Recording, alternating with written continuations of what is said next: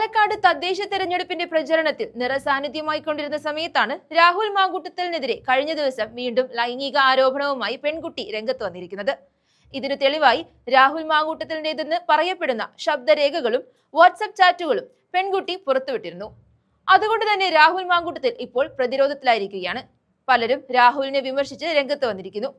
എന്നാൽ ഇതിനു പിന്നാലെ രാഹുലിന് പൂർണ്ണ സപ്പോർട്ടുമായി രംഗത്ത് വന്നിരിക്കുകയാണ് TV സീരിയൽ നടിയായ സീമാജി നായർ. തന്റെ ഫേസ്ബുക്ക് അക്കൗണ്ടിലൂടെയാണ് രാഹുലിനുള്ള പിന്തുണ പ്രഖ്യാപിച്ചത്. ഒരിക്കലും ഒരു പുരുഷന് മാത്രമായി തെറ്റ് സംഭവിക്കില്ല എന്നും അതുകൊണ്ട് തന്നെ ഇതൊക്കെ കേട്ട് പേടിച്ച് ഒരു മൂലയ്ക്ക് പോയി ഒളിക്കുമെന്ന് കരുതേണ്ട എന്നും സീമാജി നായർ തന്റെ ഫേസ്ബുക്ക് പോസ്റ്റിലൂടെ വ്യക്തമാക്കി. ഇതിനു മുൻപും രാഹുലിനെതിരെ ഉണ്ടായ ലൈംഗിക ആരോപണ കേസിൽ സീമാജി നായർ പിന്തുണ പ്രഖ്യാപിച്ചിരുന്നു.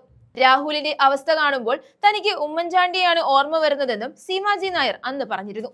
വർഷങ്ങളോളം കൂട്ടുകൂടിയിട്ട് ഒടുവിൽ ഒരാൾ മാത്രം കുറ്റക്കാരനാണെന്ന് പറയുന്നതിൽ ഒരു ഔചിത്യമില്ലാത്ത കാര്യമാണ്. സീമാജി നായർ മാത്രമല്ല, മറ്റു പല സ്ത്രീകളും രാഹുലിന് പിന്തുണ നൽകുന്നുണ്ട് എന്നുള്ളതിന് ഉത്തമ ഉദാഹരണമാണ് പാലക്കാട് നടന്നത്. പാലക്കാട് MLA ആയ രാഹുൽ നടത്തുന്ന പദ്ധതിയാണ് സ്മൈൽ ഭവന നിർമ്മാണ പദ്ധതി. പദ്ധതിയുടെ ഭാഗമായി നടന്ന തറക്കല്ലിടൽ ചടങ്ങുകളിൽ എത്തിയത് നടിമാരായ തൻവിയും അനുശ്രീയുമാണ്. അവർ രാഹുലിന്റെ ക്ഷണപ്രകാരം അവിടെ എത്തണമെങ്കിൽ രാഹുലിനോടുള്ള വിശ്വസ്തത കൊണ്ട് തന്നെ ആയിരിക്കുമെന്ന് ഉറപ്പാണ്. അല്ലെങ്കിൽ വിളിച്ചയുടനെ ആരെങ്കിലും എത്തുമോ? ഇവയ്ക്ക് പുറമെ CPM നേതാവായിരുന്ന ശ്രീനാഥ് ദേവി കുഞ്ഞമ്മ LDF വിട്ട് കോൺഗ്രസിൽ ചേർന്നിരുന്നു.